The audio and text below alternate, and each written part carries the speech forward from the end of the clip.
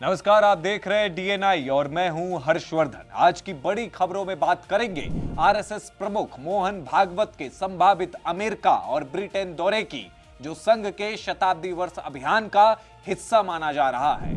असम में मुख्यमंत्री हेमंता बिस्वा शर्मा ने आधार कार्ड को लेकर बड़ा फैसला लिया है, जिसका सीधा संबंध अवैध घुसपैठ पर रोक लगाने से जोड़ा जा रहा है।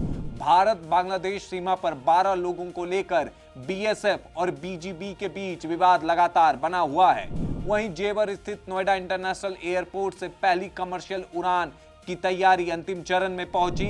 बिहार में प्रिंस यादव मामले पर सियासत तेज हो गई है और तेज प्रताप यादव ने निष्पक्ष जांच की मांग उठाई है। इसके अलावा प्रधानमंत्री नरेंद्र मोदी और फ्रांस के राष्ट्रपति इमैनुअल मैक्रोन ने भारत इनोवेट्स 2026 सम्मेलन का उद्घाटन किया है। और अंत में बात करेंगे कॉमेडियन कुणाल कामरा और प्रणीत मोरे के बीच छिड़े नए विवाद की, जिसने सोशल मीडिया पर बहस को और तेज कर दिया है। बुलेटिन शुरू करने से पहले आज के हेडलाइन।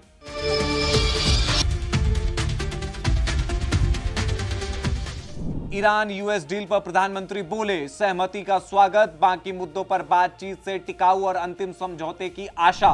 कुमकुम भाग्य फेम संजीता ने पंखे से लटक कर की आत्महत्या, 19 घंटे पहले शेयर किया था वीडियो। ब्रिटेन में 16 साल से कम उम्र के बच्चों के लिए सोशल मीडिया होगा बैन, चैटबोट पर भी शिकंजा।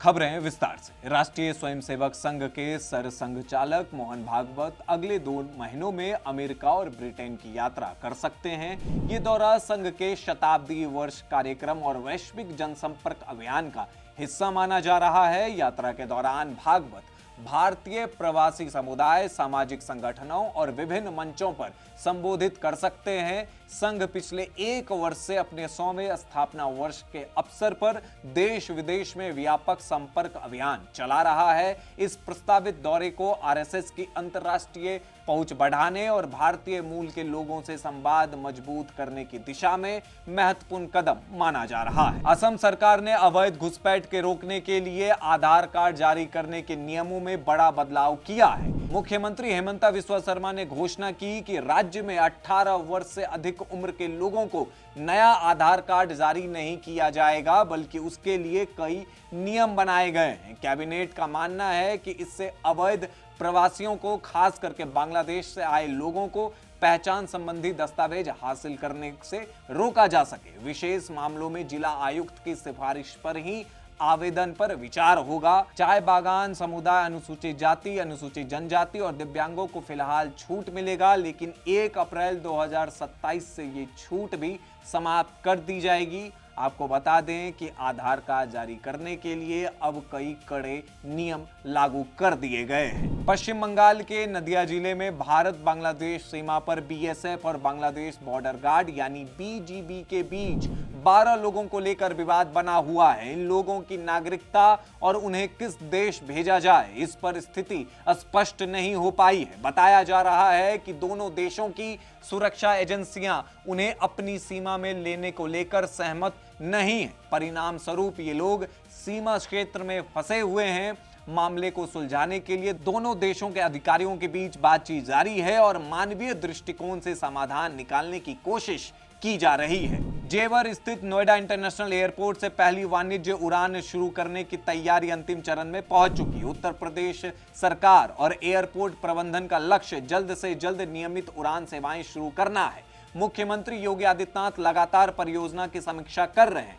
एयरपोर्ट के संचालन से पश्चिमी उत्तर प्रदेश, दिल्ली एनसीआर और आसपास के क्षेत्रों को बड़ा लाभ मिलेगा। साथ ही साथ स्थानीय किसानों और युवाओं के लिए रोजगार के नए अवसर पैदा होंगे। इसे देश के सबसे आधुनिक और बड़े हवाई अड्डों में शामिल करने की योजना है। जिन किसानों ने जेवर एयरपोर्ट बनाने के लिए अपनी जमीन दी थी, उनको लखनऊ लेकर उड़ी कमर्शियल फ्लाइट की पहली खेप। सीएम योगी आदित्यनाथ ने उन किसानों का किया स्वागत। बिहार के प्रिंस यादव के मौत के मामले में नया मोड़ आया है। राजनीतिक प्रतिक्रियाएं तेज हो गई है। आरजेडी नेता तेज प्रताप यादव ने इस मामले को गंभीर बताते हुए निष्पक्ष जांच की मांग की है। उन्होंने आरोप लगाया कि इस मामले की पूरी सच्चाई सामने आनी चाहिए और दोषियों के खिलाफ कार्रवाई होनी चाहिए। रिपोर्ट के अनुसार कुछ लोगों ने खान सर और ज्ञान बंधु एकेडमी के नाम पर भी विवाद में जोड़ा है। हालांकि इन आरोपों की आधिकारिक पुष्टि नहीं हुई है। पुलिस मामले की जांच कर रही है। प्रधानमंत्री नरेंद्र मोदी और फ्रांस के राष्ट्रपति इमैनुअल मैक्रोन ने संयुक्त रूप से भारत इनोवेट्स 2026 सम्मेलन का उद्घाटन किया। इस कार्यक्रम में दुनिया भर के स्टार्टअप, निवेशक, टेक्नोलॉजी विशेषज्ञ और नीति निर्माता शामिल हुए। सम्मेलन का उद्देश्य नवाचार, तकनीकी सहयोग और निवेश को बढ़ावा देना है। भारत और फ्रांस ने उभरती टेक्नोलॉजी, स्टार्टअप इकोसिस्टम और अनुसंधान के क्षेत्र में सहयोग बढ़ाने पर जोर दिया। कार्यक्रम में भारत को वैश्विक नवाचार केंद्र के रूप में स्थापित करने और विदेशी निवेश आकर्षित करने पर विशेष चर्चाएं हुई। कॉमेडियन कुणाल कामरा और कॉमेडियन प्रणीत मोरे के बीच अब नया विवाद छिड़ गया है। ये विवाद 370 रुपए बिरयानी टिप्पणी से जुड़ा बताया जा रहा है। प्रणीत मोरे ने विवाद बढ़ने पर सार्वजनिक रूप से खेद व्यक्त किया था, लेकिन कुणाल कामरा ने उनकी आलोचना करते हुए कहा कि किसी को दबाव में आकर अपनी बात से पीछे नहीं हटना चाहिए। इस घटनाक्रम ने अभिव्यक्ति की स्वतंत्रता, कॉमेडी की सीमाएं और सोशल मीडिया ट्रोलिंग को लेकर नई बहस छेड़ दी है। दोनों कॉमेडियन के समर्थक सोशल मीडिया पर आमने सामने आ गए। अब देखना यह होगा कि कुणाल कामरा और प्रणीत मोरे का यह विवाद कहां तक जाता है। इस बुलेटिन में सिर्फ इतना ही। धन्यवाद।